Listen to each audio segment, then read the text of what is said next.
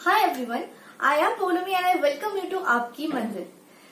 तो class 12th के humanities board exam की प्रिपरेशन करने के लिए आपको कौन से सब्जेक्ट के लिए कौन से बुक को रेफर करना चाहिए, क्या आपको कोई रेफरेंस बुक खरीदना चाहिए, अगर चाहिए तो कौन से सब्जेक्ट के लिए कौन से पब्लिकेशन का बुक आपको रेफर करना चाहिए, इन सारे विषय में आज हम लोग इस वीडियो में डिस्कस करेंगे। तो चलिए शुरुआत करते हैं। तो सबसे पहली बात है कि तो आपको एग्जाम पॉइंट ऑफ व्यू से प्रिपरेशन करने के लिए कुछ चीजों का ध्यान रखने की जरूरत है, जैसे कि आपको एमसीक्यू कैसे लगाना है उसका प्रिपरेशन करना है। सेकेंडली, आपको केस बेस्ड क्वेश्चन के बारे में अच्छे से तैयार करना है। फिर आपको मैप पॉइंटिंग जो है उसमें भी ध्यान देने का जरूरत है, क्योंकि इससे भी बहुत सारे क्वेश्चन आते हैं और ज्योग्राफी तो पूरा मैप बेस्ड ही है। और उसके बाद आपका हो जाता है जो प्रीवियस ईयर क्वेश्चन। जी हाँ, ये बहुत ही ज्यादा इम्पोर्टेंट रोल प्ले करता है, क्योंकि बोर्ड्स का एग्जाम है तो आपको बोर्ड्स क्या चाहते हैं इसका अंदाजा लगाने के लिए आपको प्रीवियस ईयर क्वेश्चन तो रेफर करने ही पड़ेंगे। तो सारे सब्जेक्ट का एक एक करके बुक्स के बारे में हम लोग डिस्कस कर लेते हैं। सबसे पहले हिस्ट्री। तो हिस्ट्री के लिए जैसे आपके सिलेबस में तीनों एनसीईआरटी का बुक आता है, एंशिएंट, मिडाइवल और मॉडर्न हिस्ट्री के लिए, ये तीनों तो आपको बहुत अच्छे से पढ़नी है। और साथ ही में अगर आपको कोई भी रेफरेंस बुक की जरूरत होता है, जैसे कि एमसीक्यूज के लिए, क्वेश्चन लगाने के लिए खास करके बुक की जरूरत हो सकता है हिस्ट्री में, तो उसके लिए आप ऑल इन वन के जो बुक है आर्यहंत पब्लिकेशन का, उसको यूज कर सकते हैं। उसके बाद आ जाते हैं ज्योग्राफी में। तो ज्योग्राफी तो जो एनसीईआरटी है दोनों आपको बहुत अच्छे से पढ़नी है, एक है इंडिया का, एक है वर्ल्ड का। तो उन दोनों को बुक को पढ़ने के बाद आपको जो सबसे ज्यादा जरूरत है ज्योग्राफी में वो है मैप। जी हाँ, ज्योग्राफी की प्रिपरेशन ही पूरा मैप बेस्ड होता है। तो जब भी आप कोई एक टॉपिक को पढ़ रहे हैं उसके साथ साथ उन चीजों का मैप को, रिलेटेड मैप को रेफर कीजिए और मैप के साथ साथ आप बुक को पढ़िए। तो ये एनसीईआरटीज जो है वो बहुत ही ज्यादा सफिशिएंट हो जाता है ज्योग्राफी के लिए। लेकिन साथ में अगर आपको मैप के लिए चाहिए तो आप एटलस खरीद सकते हैं। और साथ ही में अगर आप चाहते हैं कि क्वेश्चंस प्रैक्टिस करना है या कुछ करना है तो उसके लिए आप ऑल इन वन के बुक को भी रेफर कर सकते हैं, आर्यहंत पब्लिकेशन का। और साथ ही में मैं बताऊंगी कि जो मैप पॉइंटिंग आपके आते हैं ज्योग्राफी से, उसके लिए ऋषभ सर ने इसी चैनल में आपकी मंजिल में बहुत सारे टॉपिक वाइज अलग अलग से वीडियोस बनाए हैं जो अपने आप में सफिशिएंट है। तो आप उन वीडियोस को जरूर देखें और उसका लाभ उठाएं।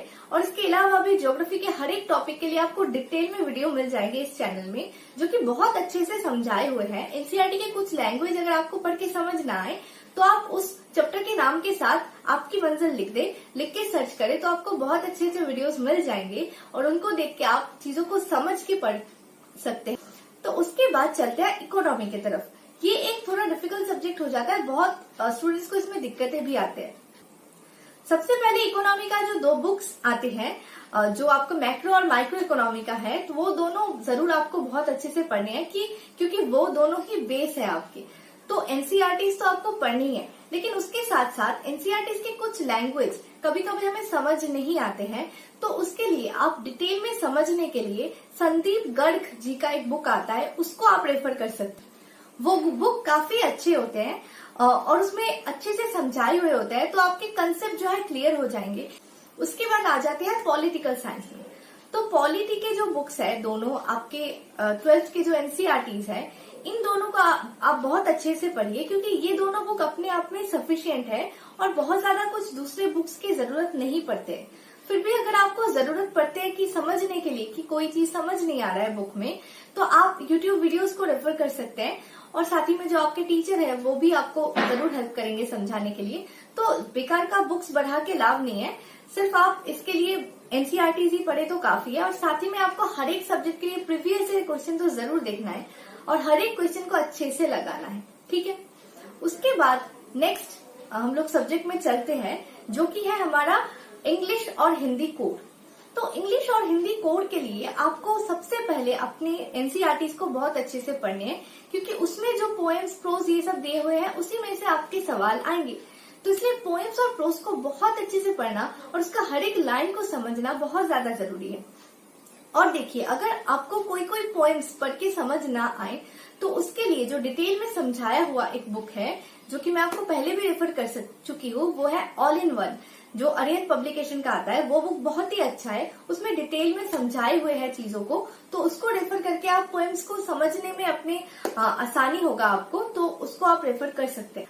उसके बाद हम लोग फाइनली चलते हैं सोशियोलॉजी की तरफ। सोशियोलॉजी बहुत स्टूडेंट्स का नहीं होता है सब्जेक्ट, लेकिन जिनका भी है उनके लिए मैं बता देती हूँ कि इसमें जो है आप अपनी एनसीईआरटीज को तो सबसे पहले जरूर अच्छे से पढ़े, और इसमें भी जैसे कुछ कंसेप्चुअल चीजें हैं उसको अगर आपको समझने में दिक्कत हो रहा है तो उसके लिए आप JPH का बुक जो है उसको रेफर कर सकते हैं सोशियोलॉजी का।